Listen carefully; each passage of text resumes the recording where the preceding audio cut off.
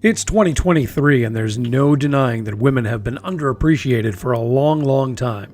There is, however, one woman that made a huge impact in a men's-dominated sport. She broke records and became a household name in the 2000s. This is All Request History. If you've ever wondered about the history of, well, anything, you're in the right place. Send your request to us, and if chosen, we'll produce, record, and post your history request. Thanks this time to Tom of Barrington Hills, Illinois, who requested the history of Danica Patrick. Danica Sue Patrick was born in Beloit, Wisconsin in March of 1982. Her parents, Ann and Terry Patrick, were typical Midwest American folks. Danica was born with racing in her blood. Her parents met, well, at a race. Not much is known about her mother, Beverly Ann, but we do know that she went by her middle name and that she was a mechanic for a snowmobile racing team. Dad, Terry Patrick, went by the name TJ, and they met on a blind date at a snowmobile race. They married and raised two girls, Danica and her younger sister, Brooke, and they lived in Roscoe, Illinois, where they ran a small coffee shop. At a young age, Danica aspired to be a famous singer or a veterinarian. In high school, her exceptional good looks and vibrant personality easily landed her a role in the cheer squad at Honingen Community High School in 1996. The Patricks sought a hobby at that time that the family could enjoy together. Well, Brooke, 2 years younger than Danica, took a ride on a friend's go-kart and fell in love with the activity. She had Danica give it a try, and both of them convinced their parents that they had discovered the perfect activity for the family and invested in a set of go-karts. Danica had no trouble transitioning from cheerleader to serious kart racer. Although Brooke's interest waned, Danica became quickly skilled and started to compete regularly. TJ was the new race team crew chief, and Mom Ann was the record keeper. The Patrick race team were regulars at the Sugar River Raceway in Brodhead, Wisconsin. Danica became a top competitor almost instantly. The first year at her Sugar River on a 22-race schedule, Danica placed second.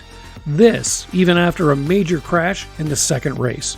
She hit a concrete wall due to brake failure, but she was unharmed. Danica could also be found racing midget cars, motocross, and of course, snowmobiles. With racing in her blood and her sheer determination, she asked her parents to move to California to seek more racing opportunities. Ann and TJ had too many business obligations to make that move, but allowed the 11-year-old to travel on her own to face the racing circuit. The agreement was made that if she compromised any activity that would harm her image or the family name, she would have to return home and stop racing. The Patrick race team back home would cover the travel costs by selling Danica Patrick merch.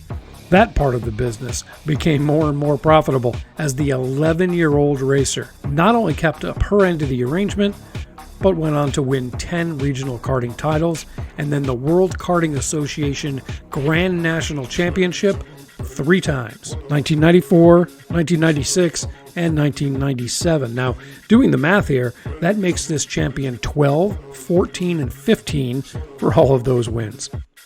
At the age of 14, she was accepted into the Indianapolis Lynn St. James Foundation Driver Development Program. Back at home, the family's marketing machine was still hard at work. Danica's success story was picked up by ABC TV and featured on a special segment of a popular MTV show in 1997. Her story happened to be watched by John Meekum, the president of the Meekum Racing Team. He had championships in sports car, Formula One, and American Championship Racing Series. He immediately contacted the Patrick team and made arrangements to sign her on the team as long as she attended a racing school of his choice. Of course they accepted without hesitation, and with Meekum as her sponsor, Danica completed 3 racing training programs, including Sebring International and Formula Ford. After obtaining her self-taught GED certification for a high school diploma, Danica, now 16 years old, moved to England completely on her own. Took up residence in Buckinghamshire. She built friendships with the likes of racing legend Jackie Stewart and NASCAR's Jenson Button. Her time in England advanced her career, but being in the public eye is not always necessarily without a certain set of personal challenges. The Meekum team dropped her after hearing rumors that she was living too much of a, quote, extravagant lifestyle.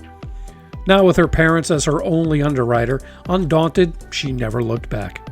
Danica competed in England for 3 years.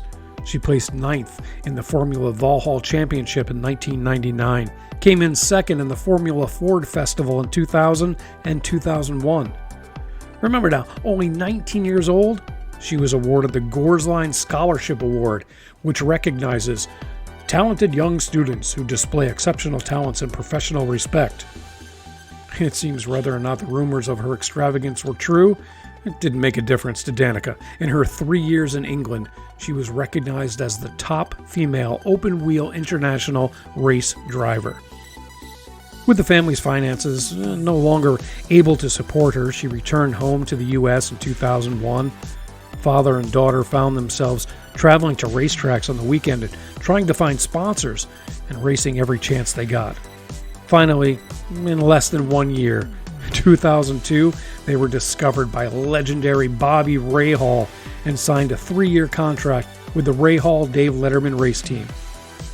Past 2002, we'd have trouble finding a race that Danica Patrick did not compete in and went on to win one award after another. Like the first woman to win an Indy car series, the first woman to finish an Indianapolis 500, 2005's Indy 500 Rookie of the Year, Indy's most popular driver, male or female, from 2005 all the way through 2010, 2012's NASCAR's most popular driver. She finished 116 races in the Indy car series in the top 10 7 times.